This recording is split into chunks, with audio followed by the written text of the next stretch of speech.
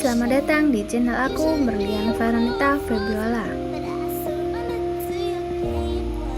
Dan selamat datang di video pembelajaran RSA Security. Jangan lupa untuk subscribe dan dukung terus channel ini. Pada video ini kita akan membahas tentang apa itu RSA Security. Yang pertama, pada video ini kita akan membahas mengenai pengertian RSA Security. Buat kamu yang belum tahu apa itu security, RSA di bidang kriptografi adalah sebuah algoritma pada enkripsi publik key.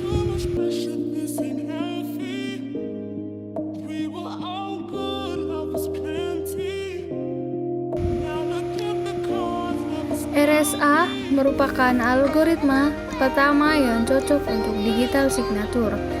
Seperti yang kedua, yaitu kita akan membahas mengenai sejarah security.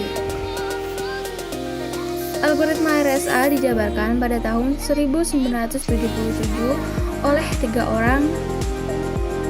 Yang pertama yaitu Ronald Clint Rives, adalah seorang ahli di bidang kriptografi yang bekerja di MIT sebagai profesor di bidang ilmu komputer. Dan yang kedua yaitu Adi Samir, adalah seorang ahli di bidang kriptografi, salah satu penemu kriptanalisis diferensial dan telah membuat banyak kontribusi pada bidang kriptografi dan ilmu komputer. Dan yang ketiga yaitu Leonard Adleman, adalah seorang ilmuwan komputer di Amerika dan seorang ahli di bidang kriptografi. Ia juga dikenal sebagai pencipta bidang komputasi DNA.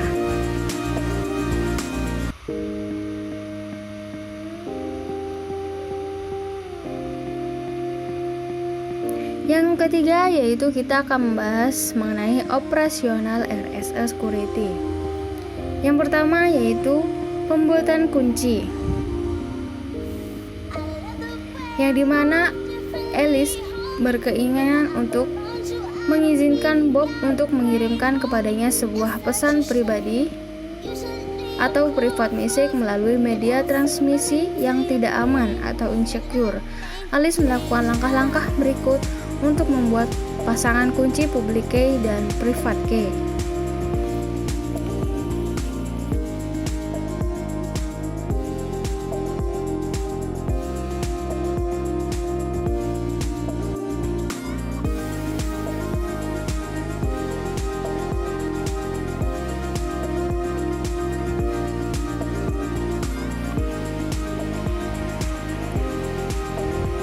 Langkah pertama yaitu pilih dua bilangan pi dan ki secara acak dan terpisah untuk tiap-tiap pi dan ki. Lalu kemudian hitung n sama dengan p ki n, hasil perkalian dari p dikalikan dengan ki. Yang kedua yaitu hitung ki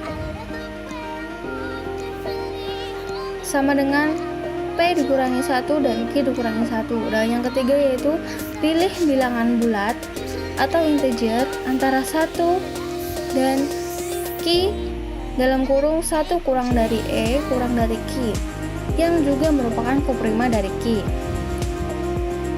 Dan yang keempat yaitu hitung D hingga D E sama dengan 1 mod Q. Pada public key terdiri atas n modulus yang digunakan.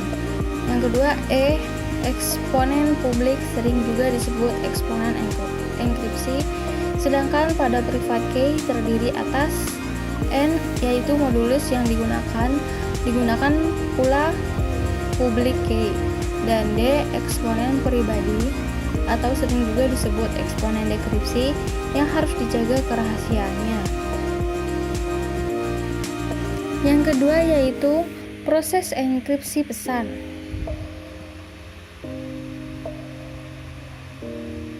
Misalkan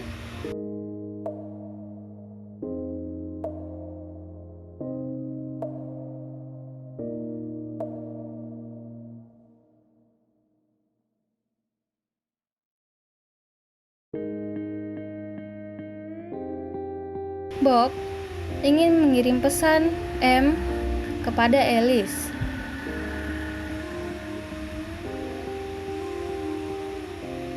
Bob mengubah M menjadi angka N dikurangi N menggunakan protokol yang sebelumnya telah disepakati dan dikenal sebagai padding scheme. Maka Bob memiliki N dan mengetahui N adalah E yang telah diumumkan oleh Alice. Bob kemudian menghitung sifat C yang terkait pada N.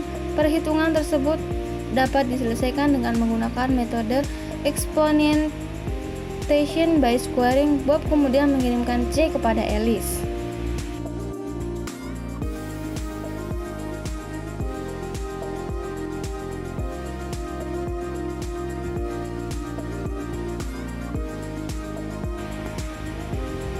Yang ketiga yaitu proses dekripsi pesan.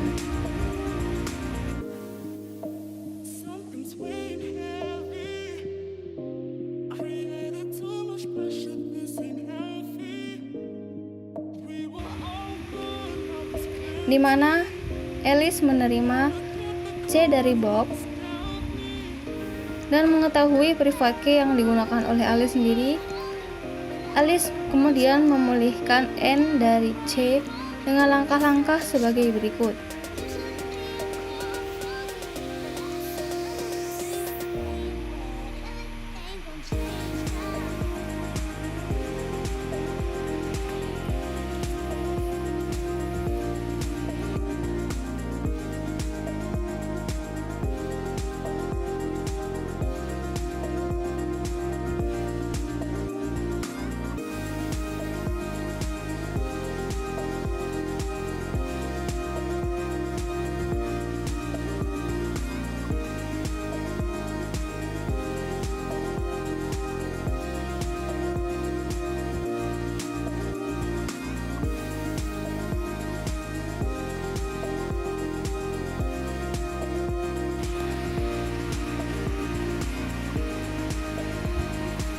Di sini saya sediakan juga contohnya. P sama dengan 61 adalah bilangan prima pertama atau harus dijaga kerahasiaannya atau hati-hati atau dihapus secara hati-hati. Lalu kemudian Q sama dengan 53 adalah bilangan prima kedua atau harus dijaga kerahasiaannya atau dihapus secara hati-hati. Yang ketiga yaitu N sama dengan P dikali Q yang hasilnya yaitu 32.333 adalah modulus atau diberikan kepada publik. Sedangkan yang keempat yaitu E sama dengan 17 adalah eksponen publik atau diberikan kepada publik. Dan yang terakhir yaitu D sama dengan 2753 eksponen pribadi dijaga kerahasiaannya. Jadi public key-nya yaitu E dan N dan private key-nya itu adalah D. Lalu kemudian dienkripsikan N yaitu rumusnya sama dengan N pangkat E mod N sama dengan N pangkat 17 mod 32.333 dan sedangkan N adalah plain text. Kemudian untuk deskripsinya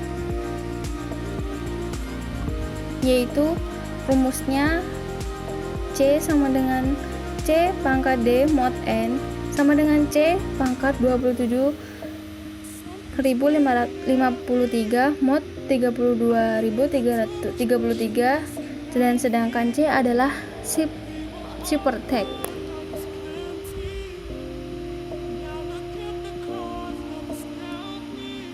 Kemudian kita hitung hasilnya yaitu jika kita enkripsikan plain text bernilai 123 maka kita masukkan angkanya itu 123 sama dengan 123 pangkat 17 dan kita mod 3233 sama dengan hasilnya itu 855. Lalu kemudian kita deskripsi ciphertext-nya yang bernilai 855 dan kita masukkan angkanya 855 sama dengan 855 pangkat 2753, kemudian kita modkan dengan angka 3233 dan hasilnya itu adalah 123.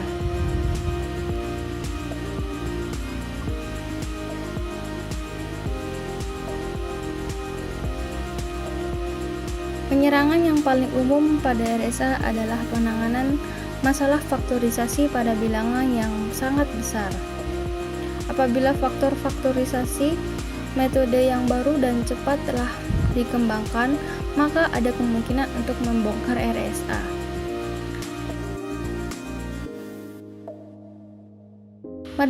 Pada tahun 2005, bilangan faktorisasi terbesar yang digunakan secara umum ialah sepanjang 663 bit, menggunakan metode distribusi mutakhir. Kunci RSA pada umumnya sepanjang 1024 sampai 2048 bit. Beberapa pakar meyakini bahwa kunci 1024 bit adalah kemungkinan dipecahkan pada waktu dekat.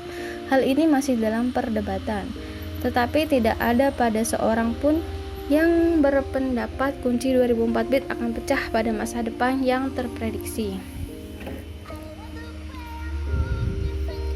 Selanjutnya yaitu yang kelima, sekaligus yang terakhir pada pembahasan video ini, yaitu kecepatan RSA security.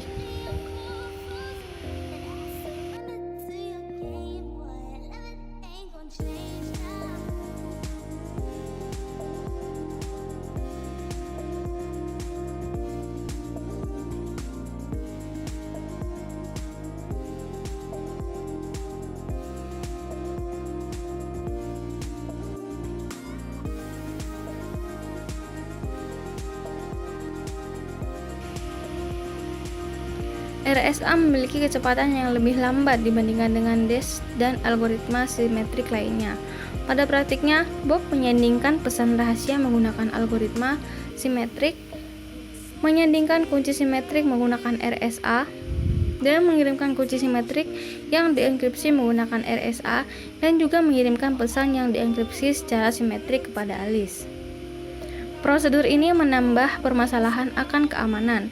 Singkatnya, sangatlah penting untuk menggunakan pembangkit bilangan acak yang kuat untuk kunci simetrik yang digunakan, karena HEV dapat melakukan bypass terhadap RSA dengan menebak kunci simetrik yang digunakan.